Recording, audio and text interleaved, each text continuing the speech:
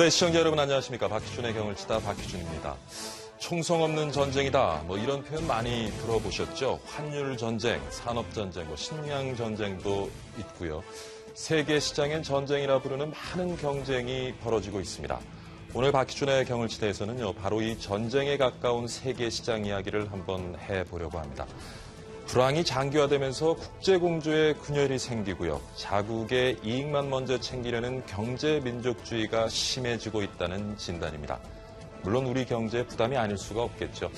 과연 경제민족주의의 부상 어느 정도 심각하고 또 우리의 대응은 어떤지 한번 살펴보도록 하겠습니다. 더불어서 또 갈수록 위기감이 더해지고 있는 수출 시장도 한번 살펴보겠습니다. 지난달 수출 진흥 대책을 정부가 내놨습니다마는 별로 나아질 기미가 지금 보이지 않고 있습니다. 다음 달에 새로운 또 대책을 내놓는다고 하는데요.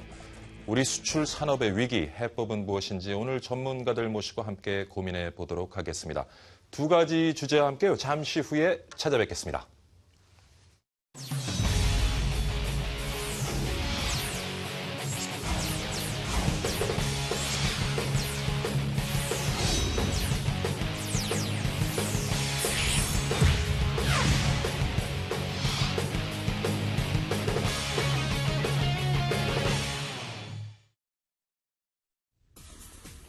박희준의 격을 치다 첫 번째 주제 살펴봅니다. 경제와 민족주의가 만나면 어떻게 될까요?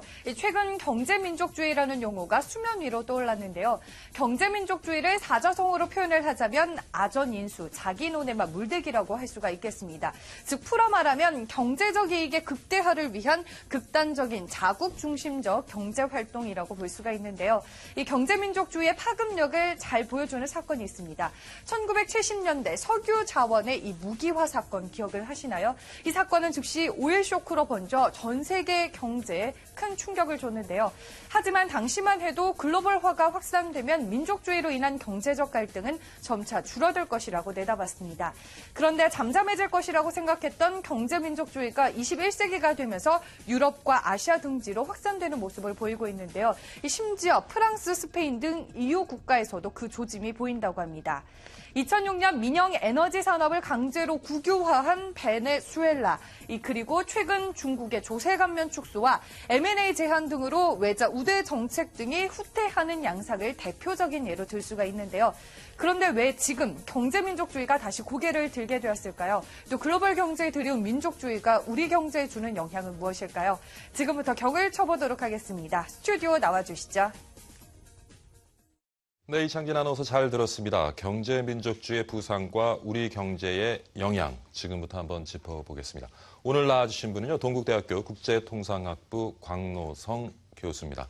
어서 오십시오, 교수님. 안녕하세요. 네, 잘 지내셨습니까? 예. 오늘 스승의 날인데 행사가 많으시겠어요? 그렇죠. 지금 점심 때 행사를 하고 있는데 갑자기 불려 나왔습니다. 아, 그러시군요. 죄송합니다. 오늘 제자들과 좋은 시간 가지셔야 될 텐데. 자, 앞서서 정리는 좀 해봤는데요. 국가 간의 자국 이기주의로 인한 갈등, 갈수록 심해지고 있고요. 최근에 와서는 신민족주의의 부활이다 하는 지적까지 나오고 있는데 교수님은 지금 시장에서 벌어지고 있는 이런 현상들 어느 정도 심각하게 보고 계시는지? 민족주의라는 게 원래 20세기 근대 이전부터 근대 소위 말해서 민족국가 형성 이후부터 쭉 나왔던 개념인데 최근에 이제 20세기 19세기 후반이죠. 그때부터 이제 진행되고 사실은 1914년 1차 세계대전 이후의 세계화가 지금 수준보다 높았다고 합니다. 경제 규모에 비해서 그 세계화를 보면. 그래서 정확하게 얘기하면 그때지만 우리가 보통 세계화라고 얘기하는 20세기 후반. 그 이후의 세계화에 따라서 국가가라는 정체성 자체가 흐려집니다. 그러니까 이제 국가를 대체할 개념으로 이제 나온 게 젊은이들이 인터넷 같은 걸로 전 세계에 동시에 전파가 되니까 이렇게 해서는 근원적, 지정학적 근원주의 이런 것들이 이제 세계화라고 하는데 우리 신민족주의라고 하는데 이게 보통 정치가들이 많이 이용합니다. 특히 경제 상황이 안 좋거나 이랬을 때 국민들 젊은이들이 희망을 잃고 이랬을 때 주로 이제 이걸로 활용해가지고 분출구를 만들어주는 그런 것들이 이제 신민족주의라고 할 수 있습니다. 교수님도 어느 정도 좀 심각하다고 보는 견해이신 거죠? 예, 그렇습니다. 많은 사람들이 영국의 브렉시트 문제가 아주 대표적인 신민족주의다라고 얘기를 하는데 어떤 문제인지 조금 풀어주시죠. 이번에 이제 캐머런 총리가 뭐 각 박빙의 승부를 거칠 것이다 그랬는데 뭐 압도적인 승리로 캐머런이 승리로 다시 이제 재집권을 했단 말이죠. 근데 캐머런 총리가 내세운 공약이 2017년 국민투표를 통해서 EU 탈퇴 여부를 결정하겠다라고 공약을 내세웠습니다. 그만큼 이제 EU 속에 들어가 있는 영국이 자기가 이제 독자적인 금융정책 시행도 못하고 또 이민자들은 또 넘쳐나고 그러니까 이제 영국 국민들이 그만큼 불만을 표출한 것이겠죠. 그죠? 근데 그런 측면에서 이제 하는데 문제는 EU 협약을 개정하려면 EU에서 지금 가장 힘쓰는 독일의 허락을 받아야 되는데 지난번 독일 재무장관하고 그 영국 재무장관하고 한번 만난 적이 있습니다, 사실. 그때 독일 재무장관이 애둘러서 나가면 강화시킬 시점에 영국이라는 나라가 나가면 어떡하냐고 아주 이런 지하에 이렇게 얘기를 했습니다. 그래서 과연 이게 이제 과연 가능할 건지 EU 협약 개정이 그런 측면에서 우선 문제가 있고 두 번째는 지금 국제 금융시장이 흔들린다는 것은 영국이라는 큰 플레이어 자체도 자국이 중심주의로 나간다는 그 신호예요. 아까 얘기하는 이제 어떻게 좀 거창하게 정치적인 용어로 얘기하면 신민족주의의 발호가 드디어 시작되지 않는가 하는 측면에서 영국이 이제 국제금융시장에서 외환 시장은 뉴욕보다 더 큰 시장을 갖고 있으니까요. 그런 측면에서 흔들린다고 이렇게 해석을 할 수 있겠습니다. 얼마 전에 그 중국이 주도하는 AIIB에 있어서도 사실 영국이 참여하는 결정이 고민 속에 있던 많은 국가들한테 좀 쉬운 결정을 할 수 있도록 기회를 준 것 같은데 그 현상마다 사실 뭐 미국과 영국은 혈맹이라고도 볼 수 있지만 또 자국의 이익을 위해서 미국이 아닌 중국이 주도하는 금융 질서에 또 편입되고자 했다는 이것도 좀 우리가 지켜봐야 될 것 같습니다. 이제 국제 관계하고 경제 문제는요. 어떻게 보면 같이 붙어간다고도 볼 수 있지만 어떤 측면에서는 경제적인 이익, 특히 그 불황이 계속되는 2008년 금융위기의 그런 상황에서는 국가들이 그렇게 공조체계에서 가난한 상태로 있으면서 가만히 있는 나라는 거의 없습니다. 예를 들면 지금 독일이나 프랑스, 영국이 중국한테 함부로 못하는 이유가 엄청난 투자를 그러니까 런던의 집값은 중국 투자자들이 올려준다고 할 정도로 엄청난 투자 자금이 그쪽으로 들어오거든요. 또 프랑스 같은 경우는 엄청난 뭐 에어버스 같은 걸 사주고 이런 의미에서 함부로 무시할 수 없는 이렇게 경제적인 문제가 급할 때는 그게 먼저 가요. 이번 AIIB도 마찬가지죠. 만약에 이번에 그쪽에서 미국 말 들어서 가만히 있다가 엄청난 프로젝트가 이제 진행이 될 텐데 몇 조 달러가 그때 영국이 빠지면 그렇다는 측면에서 이 좀 그런 지정학적인 신민족주의라고 얘기를 하면 너무 큰 거고요. 그런 일은 지금도 계속되고 있다라고 저는 생각하고 있습니다. 아무래도 결국에는 이제 글로벌 경기가 지속적으로 어렵다 보니까 그 속에서 이제 각국들이 살 길을 찾는 가운데서 이런 현상들이 나타나지 않나 싶은데 근데 아시아 지역도 좀 들여다보면 또 중국과 일본, 뭐 우리와 일본도 그렇습니다만 일부 영토 분쟁이 또 이런 신민족주의를 부추기는 것 같기도 하고요. 어떻습니까? 영토 분쟁이 이제 경제 관계가 좋을 때는 그러니까 경제 상황이 좋아서 이렇게 일자리도 많이 있고 그럴 때는 넘어갑니다. 잘 안 타치해요. 근데 가면 이제 배관프니까 뭔가 이렇게 좀 분신호를 터출할 것을 막 이렇게 해야 되니까 2008년 이후 벌써 7년째 아닙니까? 중국이 이제 더블 디짓이라고 두 자리 숫자로 한참 올라가다가 지금 7% 그것도 이제 유지하기 어렵다는 전망이 올해 내오고 있습니다. 거의 반으로 뚝 떨어지니까 그 얘기가 뭐냐면 성장이 없으면 일자리가 없고 일자리가 없으면 먹는 과일이 찾아 먹을 과실이 없고 그러다 보니까 이게 자꾸 문제가 이제 제기가 되죠. 그러면서 이제 그렇게 되면 또 관계가 또 안 좋아져서 또 서로들 경제 관계가 끊어지고 그럼 악순환이 또 되고 하는 이런 상황이 지금 되는데 아시아가 중요한 이유는요. 전 세계 인구의 60% 이상이 아시아에 살고 있습니다. 물론 서아시아와 중앙아시아 포함이지만 말이 60%지 지금 72억 곱하기 60% 하면 거기 40억이 넘게가 여기 이제 살고 있다는 건데 세계에서 제일 큰 나라 두 개가 중국하고 인도지 않습니까? 13억, 12억. 그것만 합쳐도 25억인데 그 인구가 살고 있는 아시아 지역에서 지금 특히 작년에 취임한 그 모디 인도총리는 야당 출신입니다. 그 인도 국민당 야당 출신인데 거기는 바로 공개적으로 힌두 민족주의 내세우는데요. 그다음에 푸틴 같은 경우는 작년에도 아시다시피 서방들이 이제 크림반도 합병하고 그다음에 우크라이나 동부 지역에 이제 막 반군 지원해 주니까 서방님들이 경제 제재를 딱 가하니까 예. 푸틴은 중국하고 손잡지 않습니까?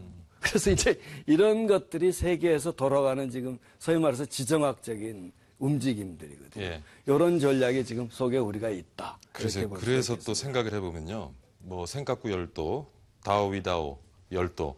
그러니까 이 섬을 놓고 일본과 중국의 영토 분쟁을 벌이면서 참 아주 심각한 위기까지도 갔었는데, 근데 지금은 사실은 어떻게 보면 또 중국과 일본이 또 손을 잡는 것 같은 느낌이 들기도 하거든요. 생각구 열도에서 독도 문제는 조금 약간 덜 제가 보기에는 좀 심각한 것 같은데, 우리는 오히려 뭐 지금 과거사에 얽매여 가지고 지금 어디 경제 문제 때문에 그래도 일본과 좀 함께 가야 될 면이 있음에도 불구하고 용기를 내지 못하는 것 같고요. 어떻게 보십니까? 좀 우리 일단은 중국이 일본이 이제 소위 말해서 생각구 열도에 대해서 무슨 주민등록으로 옮긴다 뭐 이래가지고 예. 이제 하니까 중국이 이제 실제로 점령을 해버린 적도 있고 여러 가지 사건이 있었는데 중국이 가만히 보니까 이렇게 더 이상 다퉜다가는 예. 둘 다 깨지는데 특히 중국이 규모가 크니까 중국이 더 나중에 혼이 나겠다. 예. 그래서 중국이 손을 내밀어 버렸거든요. 이거 덮어놓고. 예.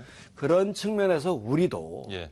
지금 역사 분쟁 뭐 하지 말란 얘기가 아니라 그렇죠. 잘못한 건 잘못한 거죠. 이원화해서 좀 그렇죠. 그래서 이제 정치, 국제 관계와 경제는 분리해서 예. 경제 협력은 계속하고 그다음에 정치 문제는 별도로 얘기하고 이런 이원화된 접근법이 필요하지 않을까 저는 그렇게 생각을 하고 있습니다. 일본 정부도 좀 우리가 이렇게 다가갈 수 있는 조금 어떻게 여지를 주는 정치를 해줬으면 좋겠는데 워낙 저 우익 보수 중심으로 좀 강경하게 밀어붙이다 보니까 사실 우리한테도 좀 명분이 없는 것 같아요. 예를 들면 일본이라는 게 잃어버린 20년이라고 그러잖아요. 예. 그죠? 1991년 복합 불황이라고 그러는 거품 폭발 이후에 집가가 거의 뭐 하프로 반으로 떨어지고 그게 이제 처음 가는데 소위 말해서 통화 정책 같은 거 잘못해서 오히려 이자율 올리고 예. 소비세 뭐 얘기 한창 하고 그러니까 지갑을 꽁꽁꽁꽁 묶어가지고 이제 그 좋은 실력의 제조업 능력도 발휘하지 못하고 20년 동안 제가 실질 소득이 감소하는 예. 그런 마이너스 성장을 했단 말이죠.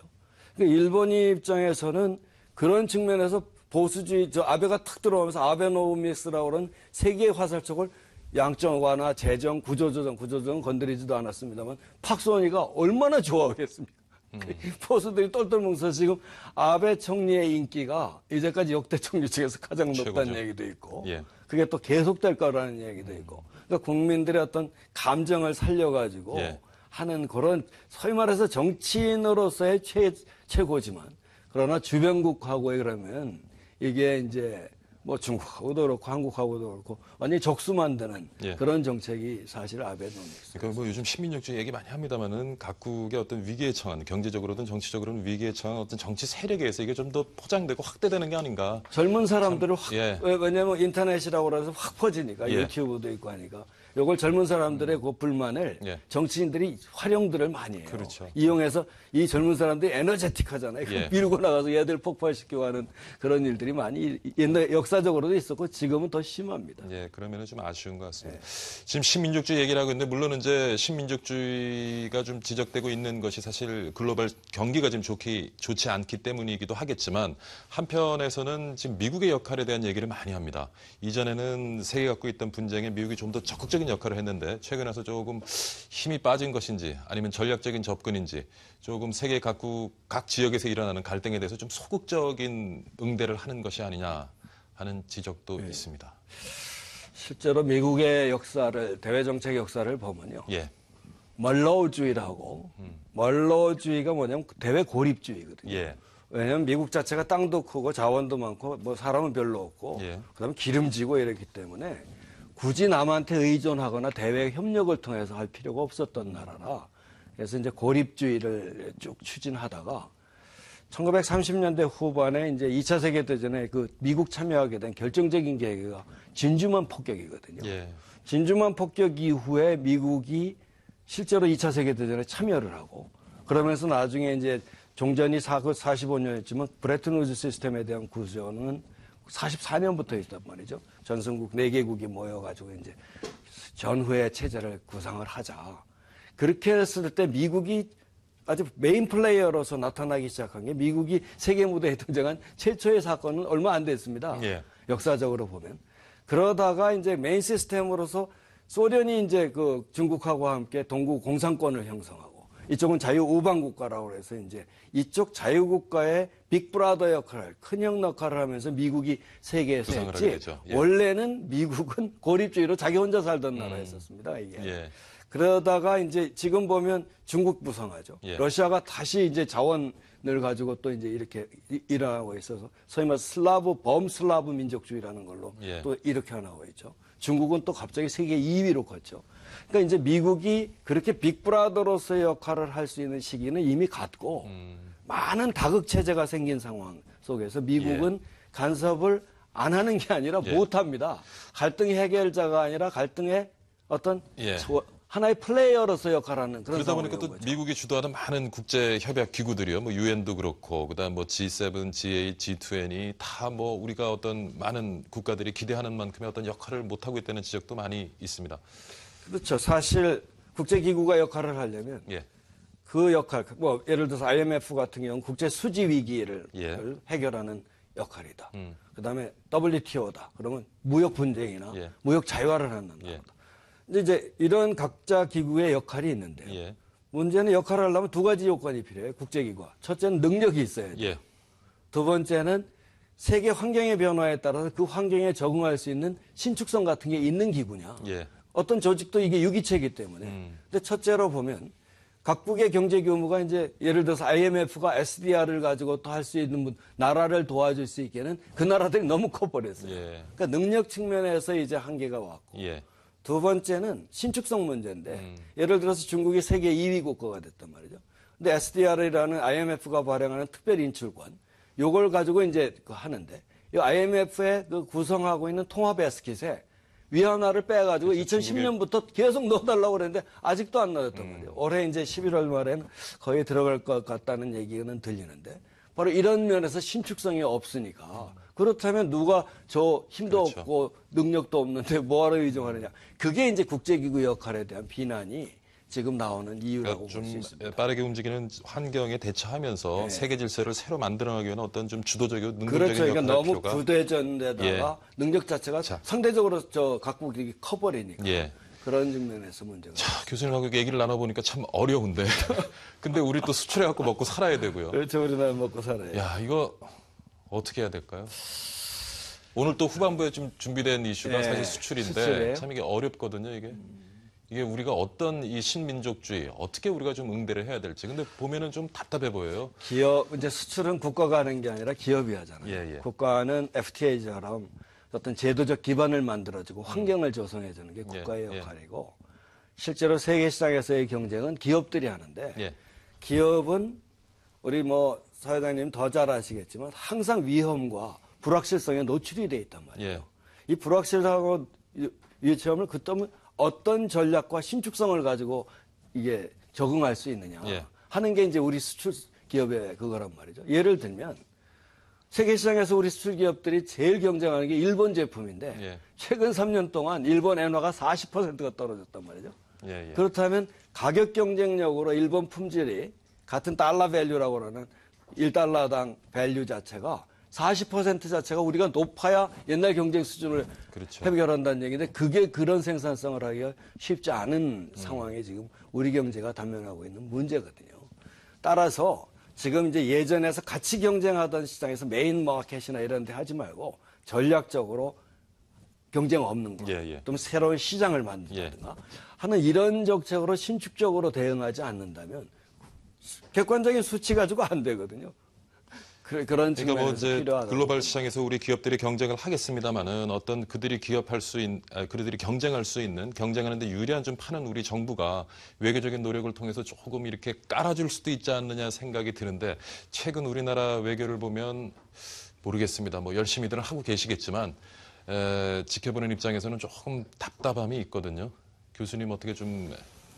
그러니까 이제 공공 퍼블릭 섹터에서 외교가 하는 역할하고 기업이 하는 역할은 다르거든요. 외교는 조그만 사건이 난다고 해서 그게 국가 간의 관계를 파괴하거나 평화를 깬다든가 하는 것을 막는 것. 예. 그러니까 장기적인 시각을 가지고 하는 게 이제 공공 분야의 역할이고 예. 기업은 이제 당장 가서 물건을 만들고 팔아야 되는 게 이제 기업이니까 이 관점이 많이 달라요. 예, 예. 그런 측면에서 이제 외교는 욕을 먹을 수가 있죠. 그러면서 무슨 뭐 대통령께서도 이제 어려운 상황하니까 세일즈 외교라는 말도 붙이고 그러는데 세일즈 외교라는 게 좀 이상하죠. 외교는 예. 장기 관계를 구축하고 제도적 기반을 까는 게 그건데. 예. 그래서 그런 측면에서 보면 어떻게 보면 오해의 소지도 클 수 있다. 예. 그러니까 외교라는 역할 자체를 예. 어떤 제도적 기반이나 장기적인 관계 유지 예. 이런 것들을 하는 것인데 바로 이제 왜 안 하느냐 이렇게 얘기하는 것. 특히 외교는 상대방이 있기 때문에 예. 우리가 하려고 해도 상대방이 응하지 않으면 어려운 점이 사실 있습니다. 특히 한일 외교 뭐 많이 관찰을 해보셨지만 예. 이제 그런 측면에서 조금 이해를 해주시는 게 옳지 않을까 제 생각은 그렇습니다. 자, 뭐 신민족주의가 부상하고 있는 글로벌 시장에서 우리가 어떻게든 좀 살아남아야 될 텐데 아무래도 우리와 경제적인 연관성이 높은 중국, 미국, 일본 뭔가 좀 지금까지 해오던 것 다른 틀을 요구하는 것 같기도 하고요. 우리가 좀 어떤 좀 자세를 취하고 이 주변 강국 가운데서 위치를 잡아야 될지. 최근에 예. 지난주 영국에서 발간되는 위클리 저널 이코노미스트라고 예. 있어요. 예. 근데 제가 이제 한 20년째 그걸 보고 있는데 예. 마니안이라고 그러는 아시아 섹션의 에세이 하는 그런 논술을 쓰는 항목이 있습니다. 거기서 보니까 바로 코리아가 나와요. 미국과 중국 사이에 어떻게 할 것인가. 첫 문장이 안보는 미국에 의존하고 예.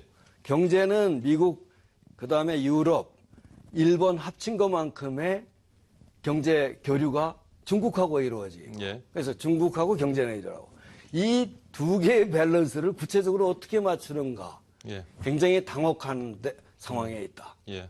그러나 이 상황만은 분명히 나쁜 것은 아니다. 왜? 지난번에 AIIB 가입하듯이 영국이 물론하고 독일하고 프랑스가 들어와졌기 때문에 하지만 양해를 얻어서 미국의 양해를 얻어서 또 아니면 지난번처럼 자동적으로 예. 이렇게 AIIB 가입하는 것처럼 중국과의 관계도 예. 하는 방법도 있을 수 있지 않겠느냐.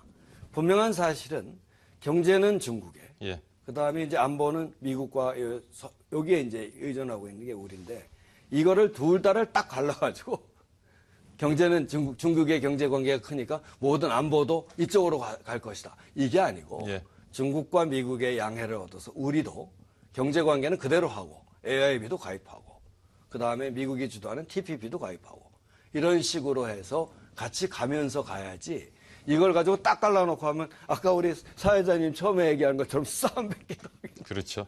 그러다 좀 요즘 그 글로벌 민족주의가 부상하는 가운데서도 좀 우리 기업들, 우리 정부 급변하는 국제 환경에 잘 좀 대처하면서 좀 좋은 성과를 만들어냈으면 좋겠습니다. 오늘 지금까지요 동국대학교 광노성 교수와 함께했습니다. 오늘 교수님 수고 많으셨습니다. 가서 저 행사 마저 잘 하시고요. 예, 고맙습니다. 예, 수고했습니다. 네, 지금 1시 23분 48초 지나고 있는데요. 이 시간에 시황 좀 살펴보고 가도록 하겠습니다. 시황센터 연결합니다. 오후 1시 구간의 시장 상황을 좀 살펴보도록 하겠습니다. 생톡 시황센터입니다. 자, 코스피가 어제 2120선을 회복하며 상승 마감했습니다. 2120선은 1차적 심리적 이 지지선이라 불렸기 때문에 이 지지선 회복으로 인해서 추세적 상승을 우리는 기대를 했습니다. 그리고 오늘 상승 출발했습니다. 하지만 한은의 금리 동결 소식이 전해지면서 이내 하락 반전에 좀 하락하는 모습을 보이고 있는데요. 현재 지수 흐름을 살펴보도록 하겠습니다. 코스피 시장 상승 출발했습니다만 이내 하락 반전에 현재는 0.42% 내린 2111.43포인트를 나타내고 있습니다. 장중에는 2110선마저 무너지는 모습을 보였는데요. 현재는 2110선을 회복을 한 모습이고요. 외국인과 기관의 좀 쌍으리 이 매수와 매도 오가는 모습 속에서 현재는 기관이 큰 매도를 물량을 나타내고 있습니다. 현재 2131억 원 11거래일 연속 매도 행진을 보이고 있고요. 외국인은 오늘 매수와 매도를 오가며 좀 혼조세를 보여주고 있는데 현재는 197억 원의 매수세가 들어오고 있습니다. 4거래일 연속 매수 행진이고요. 개인도 역시 1941억 원을 사들이면서 외국인과 같이 동반 매수세를 나타내고 있습니다. 코스닥 시장 살펴보겠습니다. 코스닥은 코스피와는 전혀 다른 양상을 보이고 있는데요. 700선을 회복한 이후 더욱더 고공행진을 하고 있습니다. 1.11% 오른 707.03포인트로서 이제는 710선 탈환마저 가능한 모습입니다. 왜냐하면 외국인하고 기관이 쌍그리 매수에 나서고 있거든요. 수급 현황 이어 살펴보시면 오늘 코스닥 시장에서 외국인이 역시 매도로 출발했습니다만 매수로 방향을 틀어서 현재 250억 원 사들이고 있는 모습이고요. 기관도 역시 182억 원 동반 사자세를 나타내고 있습니다. 개인만이 441억 원 매도 물량을 쏟아내고 있습니다. 종목 현황 살펴보겠습니다. 먼저 유가증권 시장으로 가보시죠. 1위서부터 5위까지 흐름입니다. 삼성전자 우선주만이 상승하고 있습니다. 현재 0.67% 오른 105만 6천 원을 나타내고 있습니다. 우선주는 상승하고 있는데 보통주는 하락하고 있습니다. 삼성전자 현재 0.67% 내리고 있습니다. 1%대 강한 상승 흐름을 보였었는데요. 시장이 하락 반전하면서 삼성전자도 역시 하락 반전했습니다. 현대차는 0.3% 내리면서 계속되는 환율에 대한 우려, 엔저에 대한 우려로 인해서 글로벌 시장에서 매출 시장 점유율이 떨어질 것이다 라는 잿빛 전망이 좀 나오고 있고요. SK하이닉스 현재 보합권 흐름, 한국전력 호실적을 발표했습니다만 2거래일 연속 하락세를 면치 못하고 있습니다. 1.39% 하락하고 있습니다. 코스닥 시장 살펴보겠습니다. 코스닥 시장에서는 셀트리온이 오늘 급등하고 있는데요. 2% 넘게 오르고 있습니다. 어제 실적 발표를 했는데 1분기 호실적을 발표했습니다. 그런데 2분기에는 더욱더 이 실적 개선폭이 확대될 것이다 라는 증권가의 긍정적인 리포트가 나왔습니다. 바이오시밀러 레미시마의 매출이 더욱더 확대될 것이다 라는 기대감으로 인해서 현재 2.32% 오르고 있고요. 다음 카카오 1.51% 하락하고 있습니다. 다음 카카오는 신규 사업들은 순항하고 있습니다만 모바일 게임 시장에서의 경쟁력 약화 부분, 이 게임 시장이 살아나야 될 것 같은데요. 이 모바일 게임이 앞으로 어떤 흐름을 보이게 될 것인지 좀 우리가 지켜볼 필요가 있겠습니다. 네, 이렇게 해서 현재 시장 상황을 분위기를 좀 짚어봤고요. 계속해서 경을 쳐보는 시간 가져보겠습니다.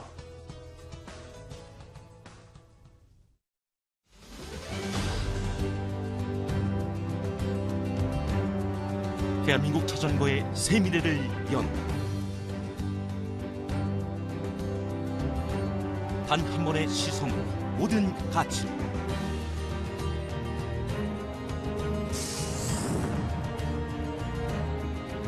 자전거 트렌드를 바꾼 혁신적 프레임. 철보다 강하고 알루미늄보다 가볍다. 비교하고 또 비교하라.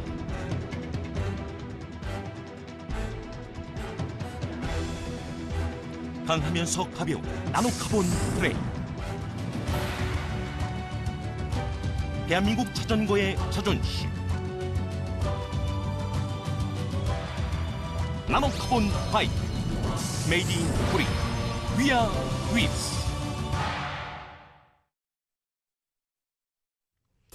수출로 먹고 산다는 말이 무리가 아닐 정도로 우리 경제에서 수출이 차지하는 비중은 상당하죠. 그런데 수출 감소세가 4개월 연속 이어지면서 올 들어 이 지난달까지 누적 수출액이 1,797억 달러로 전년 같은 기간보다 4.3% 줄어들었습니다. 석유 제품 외에도 자동차와 무선통신기기, 철강, 선박 등에서도 수출이 마이너스로 돌아섰습니다. 특히 우리 수출의 꽃이라고 할 수 있는 자동차와 정보통신 분야에서의 수출이 뚜렷한 감소세를 보여주고 있는데요. 먼저 자동차 부문 수출은 신흥시장의 수요가 줄고 엔저로 인한 일본 자동차 업체와의 경쟁력이 심화되면서 4개월 연속 감소를 했고요. ICT 수출도 수출 여건이 악화되면서 감소했는데 지난달 ICT 산업 수출액은 지난해 같은 기간보다 2.7% 감소한 것으로 나타났습니다. 상황이 이러니 정부도 불안했나 봅니다. 단기 수출 대책을 꺼낸 지 2달 만에 수출 종합 대책을 발표하기로 했는데요. 일각에선 땜질 처방이라는 지적도 나오고 있는데 그렇다면 우리 수출 산업이 다시 활력을 찾기 위해선 어떤 노력이 필요할까요? 계속해서 격을 쳐보도록 하겠습니다. 스튜디오 나와주시죠. 네, 이창진 아나운서 이번에 잘 됐습니다. 아주 귀에 쏙쏙 들어오게 설명을 해주신 것 같아요.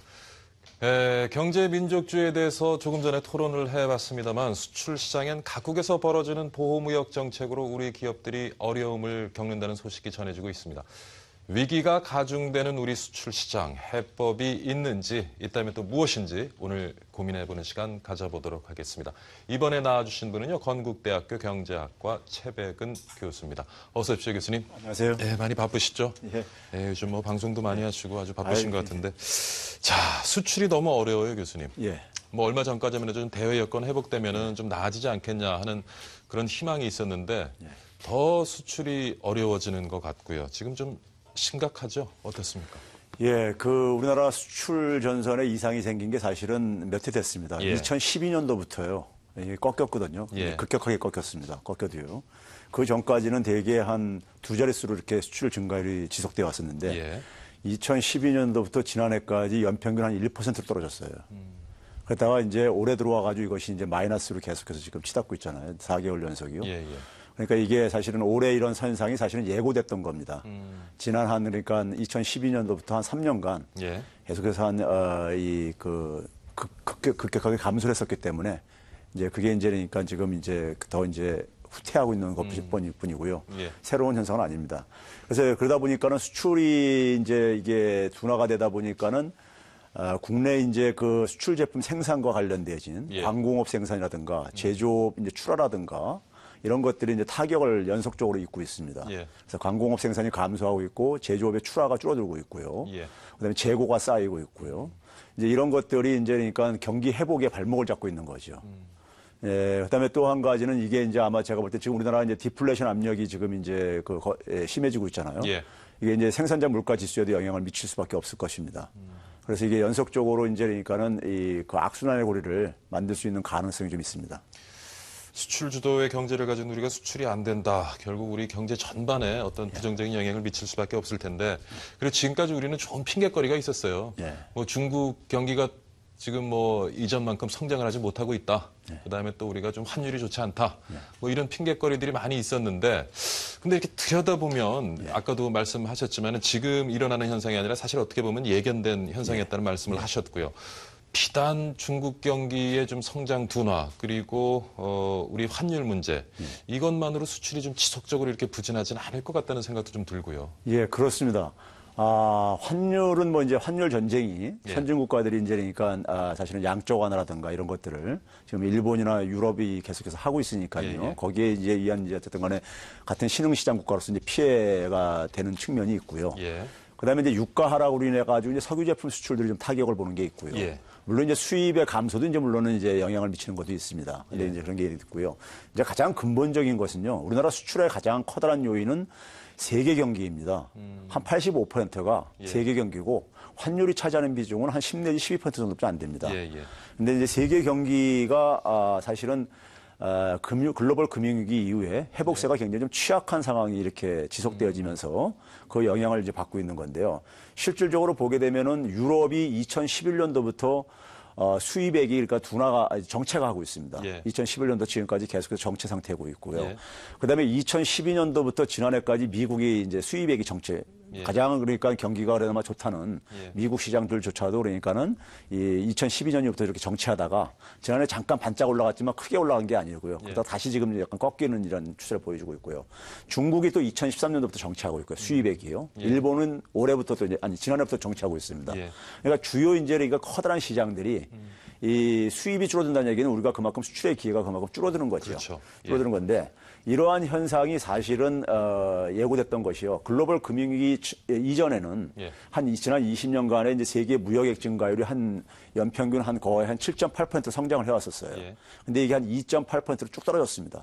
거의 3분의 가깝게 떨어졌거든요. 그러다 보니까 우리나라처럼 이런 이제 세계 무역액이 감소할 때 가장 타격을 입는 나라가 수출 의존적인 경제입니다. 그래서 이제 그 영향이 이제 큰데 거기에 이제 가장 기본적인 요인은 중국 같은 경우, 중국하고 미국, 특히 중국이 가공무역이요. 우리가 이제 국제 이제 생산 분업 체계 속에서 중국이 그러니까 우리나라 같은 경우한테 이제 부품이라든가 중간재를 수입을 하다가 이제 그걸 조립해가지고 이렇게 해가지고 수출을 하고 있었는데 그게 이제 굉장히 급격하게 감소하고 있습니다. 중국 내에서도 그걸 억제하고 있고요. 그러니까 자체 내에서 그러니까 부품과 중간재를 자체 생산하는 방식으로 바꾸면서 그러다 보니까 우리의 이제 수출이 굉장히 이제 타격을 볼 수밖에 없는 거죠. 거기다 이제 미국 같은 경우도 해외에서 생산을 해가지고 들어오는 것들이 거의 정체 상태를 지금 빚고 있습니다. 그러니까 무역 구조가 근본적으로 지금 변화가 좀 있어요. 예. 그래서 우리가 지난해 연말에 보게 되면 IMF하고 세계은행하고 그다음에 WTO가 예. 이제 공동 이제 심포지움을 한 적이 있습니다. 해가지고 내린 결론이 뭐냐면은 금융위기 이후에 이렇게 세계 무역 증가율이 크게 둔화된 것을 예. 이제 조사를 했어요. 진상 조사를 했더니만은 이게 일시적이거나 경기 순환적인 요인이 아니라 구조적인 요인이다 하면서 거기서 가장 커다랗게 지적한 요인이 이 글로벌 이제 공급 체인이 이게 급격하게 축소되고 있다. 과거 예. 90년대하고 2000년대 그러니까 글로벌 공급 체인이 굉장히 팽창됐던 것들이 이게 축소되고 있는 하나의 그 현상이기 때문에 이게 그러니까는 일시적인 현상이 아니라 장기화될 가능성이 크다. 이렇게 이제 얘기를 하고 있는데 거기에 대해서 우리나라 이제 그러니까 수출 구조가 예. 상대적으로 과거 상황에 지금 머물러 있거든요. 그러다 보니까 이런 타격을 지금 굉장히 심하게 보고 있는 겁니다. 그러니까 결국에는 어떤 글로벌 시장에서 구조조정 상황에 그렇죠. 놓여 있고 예. 우리는 거기에 대처해서 좀 이게 패러다임을 바꾸고 접근을 해야 되겠군요. 맞습니다. 지금 이제 가격 경쟁력 얘기도 있었고요. 예. 우리 제품 경쟁력은 어떻습니까, 교수님? 제품 경쟁력이 커다랗게 보면 이제 가격 경쟁력하고 비가격 경쟁력으로 예, 우리가 예. 크게 쉽게 구분할 수 있겠는데요. 가격 경쟁, 우리가 비가격 경쟁력이 좀 이제 좋아야지만이 예. 그래야지 사실 이제 선진국 같은 경쟁력을 확보할 수 있는데요. 예. 우리나라가 솔직히 이제 비가격 경쟁력이 굉장히 떨어지는 떨어집니다. 그러니까 우리가 제품 차별화 능력이 있어야 되는데 예. 그러니까 선진국 제품, 중국 제품뿐만 아니라 선진국 제품과도 좀 차별화를 해야지만이 살아남을 수 있는 상황이거든요. 근데 이제 그게 안 되는 상황 속에서 최근에 이제 환율 문제까지 예. 가다 보니까 가격 경쟁력도 이제 그러니까 위협을 받고요. 그래서 우리나라 산업 경쟁력 전체가 예. 산업의 수출 경쟁력 전체가 사실은 지금 위기 상황입니다. 제조업의 경쟁력이요. 예. 한 가지 단적인 예를 들어 볼게요. 우리가 이제 그 삼성전자가 우리가 아까 무선통신기기 이제 얘기를 나왔는데 삼성전자가 중국 시장에서 타격을 본 게 이제 샤오미 같은 경우였단 말이에요. 그렇죠. 샤오미가 쓴 전략을 보게 되면요. 제조 기기에서 그러니까 돈을 벌지 않겠다고 선언을 했습니다. 처음부터요. 예. 왜 그러냐면 후발주자로서 삼성전자를 자기들이 그러니까는 기술로 쫓아가기에는 그러니까 벅차고 경쟁력에 있어서요. 예. 그러니까 제조 가지고는 자기들이 그러니까는 돈을 벌지 않고 예. 반면에 이제 소프트웨어라든가 그다음에 이제 응용 애플리케이션이라든가 이런 예. 부가 서비스를 가지고 하겠다고 했거든요. 네. 그래가지고 인도에서 상징적인 사건이 벌어졌습니다. 인도에서 뭐냐면 샤오미가 삼성전자가 굉장히 타격을 받았었는데 그게 이제 샤오미 영향이 컸었습니다. 그렇죠. 인도 현지 업체 중에서 마이크로맥스라는 이제 그러니까 스파이스 제품이 있는데 예. 스파이스 제품이 103달러에 팔았습니다. 중저가 보급 제품을요. 예. 근데 샤오미가 99달러에 팔았어요. 그럼 인도가 일반적으로 우리가 인건비가 더 낮은 나라거든, 중국보다도요. 예. 근데 그러니까 인도 제품보다 더 싸게 팔았다는 얘기는 제조원가 이하로 팔았다고 되게 시장에서 전망을 하고 있습니다. 예. 그러니까 기기 제조에서 돈을 벌지 않고 소위 말해서 그러니까 이제 그 제품의 자기들이 그러니까 차별화를 소위 소프트웨어라든가 예. 이런 아이디어 집약적인 이런 부분 속에서 승부를 내겠다고 하는 것이거든요. 예. 이제 그런 점에서 우리나라 지금 그러니까 삼성전자 같은 경쟁력 있는 산업들도 지금 예. 이제 타격을 보고 있는 상황이거든요. 그러니까 이제 우리나라 제조업에 그러니까 지금 현 상황이 어느 상황에 있는가를 지금 단적으로 보여주고 있는 사례입니다. 그러니까 이제 좀 제조업하고 서비스하고 결합이 돼서 제조업에만 의지할 것이 아니라 이렇게 좀 예. 같이 가야 우리가 좀 더 예. 부가가치를 만들어낼 수 그렇습니다. 있을 것 같은데 참 걱정입니다. 어떻게나 뭐 수출은 지금 부진하고 있고요. 그리고 교수님 말씀대로 장기화될 가능성도 없지 않아 있다. 그래서 정부도 좀 심각하게 지금 받아들이고 있는 것 같고, 그래서 뭐 이번에도 대책을 내놨는데 뭐 늘 대책은 나오지만 또 뭐 시장이 기대하는 만큼의 또 효과는 없는 것 같기도 하고요. 교수님 보시기에 어떻습니까? 그 정부가 이제 최근에 와가지고 이제 이걸 상당히 위기 상황을 느끼면서요. 예. 이제 구조적인 문제라고 이렇게 진단을 좀 하기 시작하는 것 같아요. 이게 이제 이번에 그러니까 진단은 제대로 했군요. 예. 근데 일시적인 이게 현상이 아니라 경기 순환적인 현상이 아니라 예. 근데 사실 이게 아까 제가 지적했듯이 지난해 연말부터 계속 경고가 나왔던 것들이거든요. 예, 예. 근데 이제 그러니까 좀 뒤늦은 감이 있는데 근데 처방은 굉장히 여전히 뭐냐면 지금 이제 단기적이고 미봉적입니다. 예. 그러니까 뭐 어떻게 보면 이제 정부가 그만큼 경제 체질을 강화하는 구조적인 노력을 그동안 하지 않은 어떤 상황이다 보니까는 결국은 이런 식의 대책을 내올 수밖에 없겠는데요. 예를 들면 중국 같은 경우에 대해서 중국 시장을 내수 시장을 개척해야 된다 이런 얘기 많이 했었단 말이에요. 예. 근데 내수 시장 개척이라는 것이 그러니까 기본적으로 아까 얘기했듯이 제품 차별화예요. 중국은 계속해서 턱밑까지 쫓아오고 있는데 제품의 기술력에 있어서요. 차이가 쫓아오고 있는데 우리 기업들이 갖고 있는 제품의 차별력을 만들어내는 그런 산업 구조의 업그레이드라든가 산업 체계를 다양화시키는 이런 노력은 예. 등한히 하고 있다가 겨우 지금 하는 일이 뭐 전자상거래를 활성화를 해가지고 뭐 알리바바라든가 이런 업체들하고 협조를 해가지고 좀 많이 그러니까 우리나라의 제품을 그러니까 소개하는 이런 방편으로 예. 그다음에 현지 그러니까 대형 유통업체하고 그러니까 하겠다는 이런 거 하는데 그 중국 기업들 같은 경우는 우리나라 제품이 매력적이래야지 사실 뭐 그것도 우리나라가 그러니까 정부가 그걸 협조를 요청 안 하더라도 우리나라 제품이 매력적이면 자신들이 그러니까 어쨌든 갖다 팔 그렇죠. 거거든요. 예. 그래서 이제 이런 점이라든가 그다음에 이제 우리가 또 한 가지 아쉬운 거는요. 제가 볼 때 우리나라 지금 수출에 가장 타격을 본 지역이 어디냐면 러시아하고 독립국가연합 지역입니다. 여기가 이제 가장 지난 한 50% 정도 이제 수출이 하락했어요. 예. 물론 이제 러시아 경제가 안 좋아진 이제 영향도 있지만은 근데 이제 우리가 한 가지 좀 주목할 것은 서방 경제가 지금 그러니까 러시아에 대해서 제재를 하고 있잖아요. 예. 제재를 하고 있는데 그 틈바구니 속에서 서방 기업들이 이제 러시아에서 이제 철수를 하고 있는데 이 상황 속에서 중국하고 일본 기업, 특히 중국 기업들이 그 공백을 지금 차고 들어가고 있어요. 예. 그래서 중국에 대한 중국 기업들이 그러니까 현지에 그러니까 생산을 굉장히 늘리고 일본조차도 그러니까 늘리고 있는데 우리나라는 오히려 철수하는 이런 상황이요.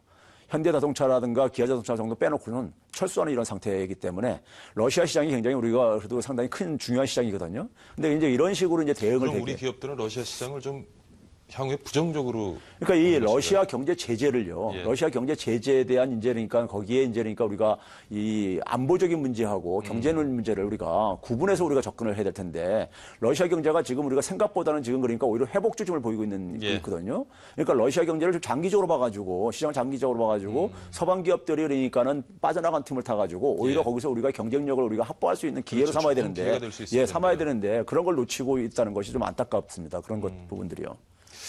그러니까 참 우리가 좀 우리 정부가 좀 시장을 길게 보고 그리고 외교 안보 그리고 경제 이걸 좀 이원화해서 접근하는 맞습니다. 그러한 노력이 좀 필요할 것이라는 말씀을 하셨는데요. 지금까지 우리가 수출 주도의 뭐 성장을 해오면서 많은 부분이 질적이기보다는 양적 성장이었고 그것이 결국에는 지금 뭐 여러 가지 대외 여건도 좋지 않습니다만은 그러한 우리의 패러다임이 결국엔 좀 한계에 온 거다 하는 지적들이 많이 있거든요. 예. 그래서 좀 뭐 질적 성장 얘기 많이 합니다만은 좀 예, 그게 이제 어떻습니까? 앞에서 한 예. 얘기하고 연장선에 있는 건데 예. 우리가 흔히 그러잖아요. 그동안 한국 경제 성장은 추격형이고 모방형이었었다. 예, 예. 그런데 이걸 이제 그러니까 우리가 기본적으로 선도형하고 이제 우리 삼성전자가 그러니까 예를 들어서 그러니까 애플하고 동일선상에 있는 거잖아요. 그러니까요. 이제는 그러니까 추격형이 아니라요. 그런 상황 속에서 이제 창조형으로 바뀌어야 되고 선도형으로 바뀌어야 된다는 얘기는 우리가 많이 해왔던 거예요. 패러다임 전환을요. 예. 그런데 우리가 그 얘기를 굉장히 많이 해왔는데 현실을 보게 되면 성과를 그렇게 커다랗게 낸 것 같지는 않단 말이에요. 예. 그런 점에서 또 한 가지는 뭐냐면 우리가 성장률 수치에 집착하지 말고 고용률이라든가 고부가 가치 여기에 이제 그러니까 오히려 더 이제 해야 된다는 얘기도 그것도 많이 지적했던 얘기예요. 예. 근데 이런 부분들이 거의 다 대부분이 뭐냐면 산업구조 인재니까 우리가 전면적으로 재검토를 해야 되는 거예요. 일본이 사실은 그런 점에서 반면교사로 90년대 초에 그러니까 그들이 반성했던 것이 바로 그랬었습니다. 자기들이 그러니까 기존의 제조업의 경쟁력만 믿고 있다가 예. 그러다가 자산가치 버블을 하면서 그러니까 이게 타격을 받았는데 그렇죠. 그런데 우리는 그런 반면교사를 그러니까 우리의 저걸로 못 삼고 있는 거예요. 또 정체를 갖고 있는 그렇죠. 느낌이 예. 들고요. 그러다 보니까 창조경제 박근혜 정부가 창조경제를 제시한 것도 사실 그런 연장선에 있는 건데요. 예. 창조경 제가 이 시간에서도 한번 지적한 적이 있지만 창조경제에 대한 좀 이해가 좀 제가 볼 땐 부족한 것 같아요. 예. 그러다 보니까 일본의 창조산업 육성을 거의 사실 답습하고 있는 일본의 창조산업 육성은 굉장히 처참하게 실패로 끝났거든요. 예. 그런 걸 이제 반복하면서 산업 구조가 그러니까 지금 이렇게 어떻게 보면 이 네들락에 이제 바틀렉에 딱 이렇게 저는 이렇게 멈춰 있는 이런 상황이에요. 예. 이게 좀 뚫고 인재니까 우리가 산업 구조를 전면적으로 좀 업그레이드 시켜야 되는데 예. 산업 체계도 다양화해야 되고요. 예. 그러려면은 우리가 이 제조업과 달리 그러니까 창조 경제가 가지고 있는 아이디어 집약적인 성격을 좀 이해를 해야 되고요. 아이디어 집약적으로 산업 구조를 전면적으로 바꿔야지만이 예. 제조업도 고부가 가치화가 가능합니다. 예. 그래야지만이 우리가 제품 차별화도 가능하고요. 그게 결국은 기업의 미래 먹거리 사업을 마련하는 길이고 예. 한국 경제에 그러니까 질적인 성장, 질적인 도약을 할 수 있는 예. 이게 맞물려 있는 문제이죠. 예. 그리고 또 한 가지가요, 교수님. 네, 최근 많이 지적되고 있는 것이 너무 우리 수출 지역이 좀 편중돼 있지 않느냐. 결국에는 뭐 굉장히 많은 부분을 우리가 중국 경제에 의존하고 있고 중국 성장률이 둔화되면서 우리가 또 어려움을 겪고 있는데 좀 수출 지역의 다각화 이것도 많이 좀 논의가 되고 있는 것 같습니다. 어떻습니까? 근데 우리가 이제 그런 얘기는 많이 하는데요. 예. 우리가 아무래도 수출이라는 것은 상대 국가 입장에서는 수입이잖아요. 예. 그러다 보니까는 그 상대 국가의 시장 규모하고 일종의 비례할 수밖에 없습니다. 그러니까 우리가 뭐 그러니까 국가별로 그러니까 똑같하게 비중이 배분되는 게 아니라요. 예. 아무래도 그러니까 미국 경제가 가장 크면은 그렇죠. 미국 경제에다 가장 많이 우리가 팔 수 있는 기회가 있는 것이고요. 예. 그런 점에서 사실 우리가 알고 있는 것과 달리 지난 거의 한 20여 년, 한 15년 가깝게요. 그 신흥시장국이라든가 이런 예. 쪽으로 굉장히 시장 개척은 많이 이루어졌어요. 예. 근데 문제는 뭐냐면 신흥시장 국가들의 수출도 굉장히 타격을 지금 보고 있는 상황이거든요. 그 이유가 뭐냐면 앞에서 얘기했듯이 거대 그러니까 선진국 시장이 예. 이게 위축되다 보니까는 이게 신흥국 시장도 그러니까 연쇄적으로 그러니까 지금 이렇게 타격을 받고 있는 이런 상황입니다. 예. 그러다 보니까 이게 분리해서 사고할 수가 있는 게 아니라 예. 그래서 우리가 신흥국 시장을 공략하는데도 그렇기 때문에 이제 한계가 있는 게 바로 거기에 있습니다. 예. 결국에는 좀 선진국 중심으로 글로벌 경제가 좀 나아져야 새로운 시장 개척도 가능하다 말씀이신 것 같은데 중국 참 여러 가지로 참 중국 어떻습니까? 앞으로 계속 좀 어떻게 좀 성장도 어떻게 보세요? 저는 사실 지금 중국만 보고 있는 수출업체들이 참 많더라고요. 그렇죠. 중국이 그러니까는 어차피 이제 성장 둔화는 불가피하다고 봐요. 중국도 사실은 2000년대 들어와가지고 수출 주도로요 성장을 쭉 해왔었고 그 다음에 이제 그게 좀 이제 금융위기 전후로 해가지고 좀 위기에 봉착하면서요. 중국 같은 경우도 굉장히 부채 의존적인 성장을 했습니다. 근데 이제 그게 이제 부채 의존적인 성장이 이제 상당히 효과가 약화되고 있다 보니까는 그리고 이제 대외 이제 경제도 아까 했듯이 세계 경제가 굉장히 회복이 취약하다 보니까는 중국의 그러니까 수출 성장 전략도 굉장히 좀 타격을 보고 있고요. 그러다 보니까 이게 성장률 둔화가 그래서 생기는 겁니다. 근데 이게 그러니까는 사실은 중국 경제도 사실 구조적인 문제라는 점에서 중국 경제의 성장률 둔화는 저는 불가피하다고 보고 있습니다. 불가피하고 반면에 이제 중국 같은 경우도 질적으로 그러니까는 성장을 그러니까 질적으로 좀 이게 전환시키려고 하고 있습니다. 그 얘기는 결국 뭐냐면 내수 주도형이라든가 아니면 아까 얘기했듯이 그러니까 이 가공 조립형 이제 이런 것보다는 이런 방식보다는 자체에서 그러니까 우리가 완전한 세트형으로 원세트형으로 그러니까요 이런 식으로 산업 구조를 바꾸겠다는 이런 전략을 지금 추구하고 있는 상황 속에서 우리가 그 산업 구조 재편에 그러니까 우리 경제 구조가 결합이 될 수 있다면은 우리 경제가 그러니까는 기회를 가질 수 있고요. 그렇지 못한다면은 결국은 뭐냐면은 오히려 그러니까 굉장히 중국 경제 하위 파트너로 전락할 가능성이 큽니다. 그래서 이제는 좀 우리가 수출 주도의 경제가 아니라 내수 중심의 경제로 가보자. 뭐 이런 얘기도 많이 하고 있는데 그건 어떻게 보세요? 그건 이제 우리가 기본적으로 우리가 불가피한 이유가 뭐냐면요. 우리나라 수출액 중에서요. 직접 생산한 그러니까는 부가가치 비중이 지금부터 한 20년 전만 하더라도요, 한 76% 달했었습니다. 그러니까 우리나라가 수출을 100을 하게 되면 국내에 떨어지는 것이 그러니까 한 76 정도, 76에서 77 정도 됐었습니다. 근데 이게 거의 그러니까 한 50% 초로 떨어졌습니다. 한 수출을 한 100 하더라도 우리한테는 50 정도 남는다는 얘기입니다.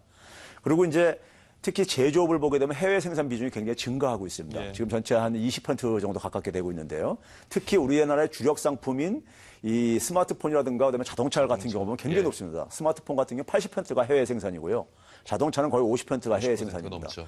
그러다 보니까는 이게 우리나라의 수출이 그러니까는 수출이 증가하더라도 이 내수 경제하고 그러니까 연계성이 약화된 이유가 바로 거기에 있고요. 그러다 보니까는 수출 구조를 앞에서 얘기한 것처럼 좀 구조를 좀 그러니까 우리가 전환해야 되는 문제도 있지만은 이 그 내수하고 그러니까 우리가 수출의 이 연계성을 강화시키기 위해서는 결국 우리 제품의 경쟁력을요 높이는 수밖에 없습니다. 이게 그러니까 서로 내수하고 수출이 그러니까 동시에 같이 그러니까는 성장할 수 있는 하나의 저는 방향이라고 생각합니다. 자, 그래서 수출 좀 경쟁력을 높여야 된다. 우리 제품의 경쟁력을 높여야 된다라고 말씀을 하셨는데, 자, 그렇다면 좀 어떤 접근이 필요하겠습니까? 저는 지금 일단 환율 전쟁과 대비해서요. 제가 이 시간에 처음 제가 소개하는 아이디어인데요. 한국판 양적 완화가 좀 필요하다고 생각해요. 한국판 양적 완화. 그게 이제 우리가 지금 환율 전쟁이라는 게 결국은 뭐냐면 선진국가들이 돈을 풀어서 생기는 문제란 말이에요. 그렇죠? 근데 이제 후진국가들은 후진국가라기보다 신흥국가들 대외 결제통화를 가지고 있지 않은 나라들 같은 경우는 그러질 못하는 지금 상황이란 말이에요. 그렇게 대응할 수 없는 상황인데 우리가 최근에 국내 이슈 중에 하나가 안심전환대출이라는 게 있었었죠. 안심전환대출에 거기에 신청한 사람들 중에서 한 112만 가구 정도가 신청을 했는데 한 80만 가구 정도만, 80만 가구 정도가 포기를 했다는 뉴스가 최근에 나왔을 겁니다. 그러니까 112만 가구가 그러니까는 신청을 했는데 그 중에서 신청을 그러니까 받아들였는데도 불구하고 포기를 한 거죠. 포기한 게 80만 명으로 나왔습니다. 이유가 뭐였을까요? 그 이유는 뭐냐면 이자율을 굉장히 낮춰줬잖아요. 2%로요. 낮춰줬는데도 불구하고 더 낮아질 원리금 상환 능력이 그러니까 감당이 안 돼서는 거죠. 이거는 이제 그러니까 분할 상환 체제였었잖아요. 안심전환대출 조건이 그러니까 과거에는 그러니까 이제 일시금 상환이었었고요. 이자만 갚다가요. 근데 이제 이 원금 상환 능력이 그러니까 벅찼던 거죠. 어느 정도 수준의 지속적인 소득이 있을 때 그렇죠. 가능한 예. 것이죠. 그러다 예. 보니까 그게 그러니까는 80만 가구가 그러니까 사실은 뭐 어떻게 보면 원금 상환 능력이 굉장히 부담스러운 계층이라는 얘기입니다. 예. 거기다가 당시에 안심전환 대출에 우리가 공평성 문제 나오면서 제2금융권 이용자들이 예. 배제가 돼가지고 굉장히 말이 나왔었잖아요. 예, 예. 그 제2금융권이 또 마찬가지로 보게 되면은 한 110만 가구 정도가 지금 있거든요. 예. 그럼 그 한 190만 가구 정도가 지금 한 200조 정도가 그러니까는 이 주택담보대출을 가지고 있습니다. 예, 예. 이 부분들이 굉장히 그러니까는 문제에 지금 이렇게 상황에 그렇죠. 노출될 가능성이 큰 작업입니다. 예. 그래서 저는 이것을 한은이 그러니까 미국 연준이 했듯이 예, 예. 한은이 발권력을 동원해가지고 이 부분을 저는 도려내야 된다고 생각합니다. 인수를 해가지고요. 예. 우리가 안심전환 대출에서 주택금융공사를 도려내려고 했듯이 예. 도려내야 된다고 생각합니다. 그래야지만이 이 부담을 완화시켜줘야지만이 예. 가계 소비가 좀 숨통이 좀 트일 수가 있고 그렇죠. 부동산 시장도 그러니까 이게 좀 그 하방 압력이 좀 해소시킬 수가 있다고 저는 생각하고요. 그걸 통해 가지고 돈을 풀게 되면요. 예. 지금 우리나라가 디플레이션 압력이 있기 때문에 그렇죠. 이 디플레이션 압력도 해소하는 데 상당히 도움이 될 수 있고요. 그런 점에서 저는 이제 한국판 양쪽 하나를 이제 한율 전쟁에서 우리가 하나의 예. 금리 인하보다는 한국판 양쪽 하나가 더 효과적이라고 저는 생각하고 있고요. 두 번째는 아까 얘기했듯이 그러니까 결국은 우리가 이 수출 경쟁력을 확보하기 위해서는 산업 구조를 업그레이드 시키는 전략으로 산업구조. 예, 예. 산업 구조를 업그레이드 시키는 전략으로 그러니까 아이디어 집약적인 산업으로 예. 업그레이드 시키는 방향으로 시급하게 그러니까는 이제 국가 정책이 예. 집중이 돼야지만이 저는 우리가 장기적으로 이 문제를 해결할 수 있다고 생각합니다. 예. 자, 최근 위기를 맞은 수출 시장 좀 살펴봤고요. 그리고 교수님과 함께 어떻게 이 위기를 헤쳐나갈지 함께 좀 고민을 해봤습니다. 오늘도 좋은 말씀 감사드립니다. 예, 교수님 많이 배웠습니다. 예. 예. 네, 자, 요즘 경기 불황에도 대형 여행사들의 실적은 아주 고공행진이 이어지고 있습니다. 어렵지만 뭐 여유를 갖자 하는 분들이 많이 계시겠지 하고 해석을 할 수 있겠는데요. 뭐 여행하기는 아주 딱 좋은 지금 계절이죠. 이번 한 주 동안도 총성 없는 경제 전쟁터에서 수고 많았던 여러분, 이번 주말만큼은 모든 전쟁 좀 다 잊으시고요. 마음 편안하게 보내시기 바랍니다. 또 이 소리 하면은 또 어떤 분들 그러실 거예요. 모르는 소리 하지 마라. 주말에는 육아전쟁 때문에 난리다 하는 분들 계실 텐데 뭐 뭐든지 마음먹기에 달리지 않았나 싶습니다. 박희준의 경을 치다. 오늘은 여기서 마치고요. 다음 주 다시 건강한 모습으로 찾아뵙겠습니다. 시청해주신 여러분 감사드립니다.